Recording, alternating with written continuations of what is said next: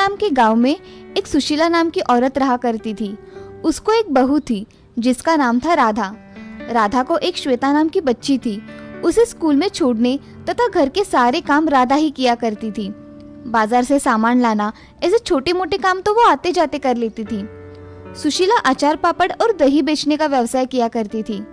उसका लड़का सुधीर खेत में काम किया करता था। उसके यहाँ एक गाय भी थी। उसी गाय के दूध से सुशीला दही बनाती थी और बेचती थी। सुशीला का धंधा बहुत अच्छी तरह से चल रहा था। उसके यहाँ एक दिन गांव का एक आदमी आता है। वो सुशीला से, सुशीला बहन, मुझे तुमसे कुछ काम है, जरा बाहर आना। अरे रघु भाई साहब, आइए ना, इधर कैसे आना हुआ? बहन, मेरे बिटिया की शादी है तो मुझे 5 किलो अचार और 5 किलो पापड़ लगेंगे। मिलेंगे ना शादी तक? हाँ मिल जाएंगे। दही भी अच्छा है मेरे घर का, मेहमान उंगलियां चाटते रह जाएंगे। हाँ वो तो पता है बहन, दही में शादी के दिन लेकर जाऊंगा। ठीक है? ठीक है भाई साहब, आपके पापड़ कल ही बना के रखूंगी और अचार भी साथ में बनाकर रखूंगी। आप कल आकर लेकर जाना। ठीक है सुशीला बहन, ये लीजिए आपका एडवांस। मैं कल आकर अचार और पापड़ लेकर जाऊंगा। जी। ऐसा कहकर रघु वहाँ से चला जाता है। रघु जाते ही सुशीला काम करने लग जाती है। उसके पास अचार था मगर उसे पापड़ तैयार करने थे, वो भी एक दिन में। इसीलिए वो जल्दी जल्दी में पापड़ का आटा बनाने के लिए लग जाती है और वो उस दिन राधा की मदद लेने की सोचती है। सुशीला राधा से, राधा। हाँ माँ जी। जरा इधर आना, मुझे ये पापड़ का आटा गूंदने में मेरी मदद करो। हाँ माँ जी, अभी आई। ऐसा कहकर राधा सुशीला के पास चली जाती है। राधा देखती है कि सुशीला पापड़ के आटे में मसाला थोड़ा कम डाल रही है। तभी राधा सुशीला से, माँ जी, पापड़ के आटे में मुझे लगता है कि मसाला थोड़ा कम हो गया है, थोड़ा और डालिए ना। अरे नहीं बहू, इतना ही ठीक है। ज्यादा डाला तो हमें वो कितने में जाएगा? मगर माँ जी, हम उसके पैसे लेते हैं, ग्राहक हमें पूरे पैसे देते हैं, तो हमें भी हमारा माल अच्छा देना चाहिए ना। अरे राधा, तू मुझे मत सिखा, मैं मेरा काम अच्छी तरह से जानती हूँ, समझी? ऐसा कहकर राधा भी आटा गूंदने के लिए बैठ जाती है और बाद में उसके साथ पापड़ बेलने बैठ जाती है। काम होने के कारण राधा उठ जाती है। सुशीला थोड़ी देर वहाँ पापड़ बेलती रहती है। सुशीला 5 किलो के पापड़ बेल लेती है और उसे सुखाने के लिए रखती है। तभी राधा सुशीला को आवाज लगाती है, माँ जी, खाना तैयार है, आ जाइए। हाँ आई। सब खाना खाने बैठ जाते हैं।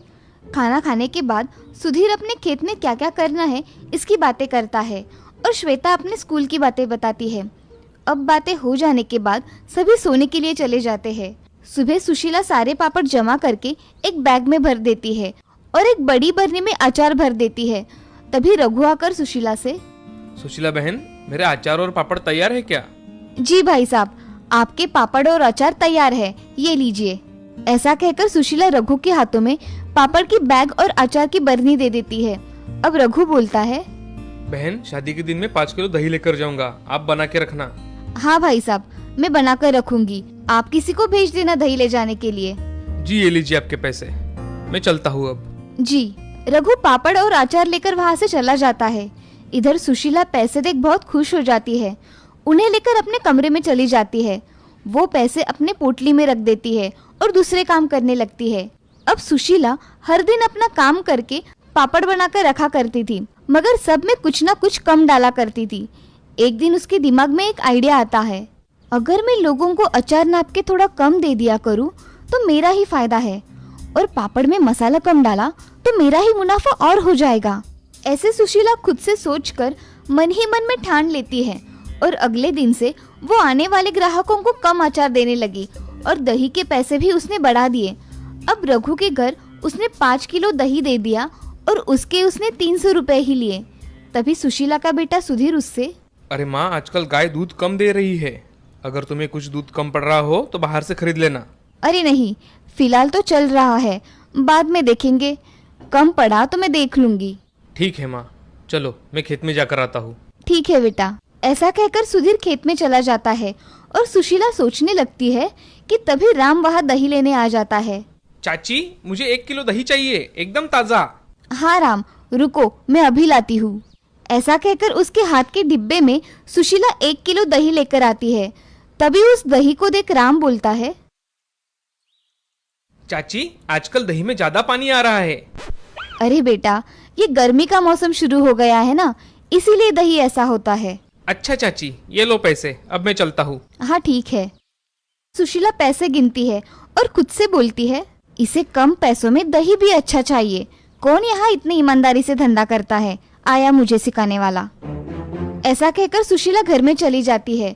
उसे सुधीर की बातें याद आती है कि दूध कम पड़ गया तो बाहर से मंगवा लेना। वो फिर से मन ही मन में सोचती है, अगर दूध कम पड़ गया तो मुझे कुछ न कुछ करना पड़ेगा, नहीं तो मेरे ग्राहक कम हो जाएंगे। ऐसे ही दिन ब दिन सुशीला का लालच बढ़ता जा रहा था, मगर उसके बहू के नजर से ये छुपा नहीं था। सुशीला अचार कम देती थी, पापड़ में मसाला कम और अब दूध में पानी मिलाकर उसका दही लगाया करती थी। इससे ग्राहक शिकायत किया कर रहे थे। ये सब देख राधा सुशीला से बात करने की सोचती है और कुछ मन में सोचकर सुशीला के पास चली जाती है। माँ जी, आपने जो पापड़ दिए थे ना रघु चाचा की लड़की के शादी में, उसको लोग कह रहे थे कि उसमें स्वाद ही नहीं है। क्या कह रही हो बहू तुम? मैं सच कह रही हूँ माँ जी, मैंने अपने कानों से सुना है। अगर ऐसा कुछ था तो रघु मुझसे बोलने क्यों नहीं आया? माँ जी, आपसे बोलने के लिए सब डरते हैं, इसीलिए कुछ नहीं कहते। मगर इसका तो परिणाम आपके धंधे पर पड़ेगा ना। इससे तो ग्राहक कम हो जाएंगे और अच्छे पापड़ ना मिलने की वजह से लोग दूसरे लोगों से पापड़ खरीद लेंगे। इससे आपका नुकसान हो जाएगा। और आपके हाथों में तो कितना स्वाद है ना माँ जी। आप कुछ मिलावट या कम ज़्यादा मत कीजिए, पहले जैसे आप बनाती थी वैसे ही बनाइए। हाँ बहू, तुम सच कह रही हो, मगर महंगाई कितनी बढ़ गई है। माँ जी, आप थोड़े वस्तु के दाम बढ़ा देंगी तो चलेगा, मगर जो भी चीज़ हमारे यहाँ से जाएगी ना, उसका स्वाद लोगों के मुंह में बैठा रहना चाहिए। हाँ बहू, मैंने ऐसा कभी सोचा ही नहीं। मैं कम मसाला डाल पापड़ का स्वाद बिगाड़ रही थी। और माँ जी, आपको दूध में भी मिलावट करने की कोई ज़रूरत नहीं है। ये सोच रहे हैं कि इस गाय का दूध अगर कम पड़ रहा है तो हम दूसरी और एक गाय ले लेंगे, इससे हमें दूध की कमी नहीं होगी।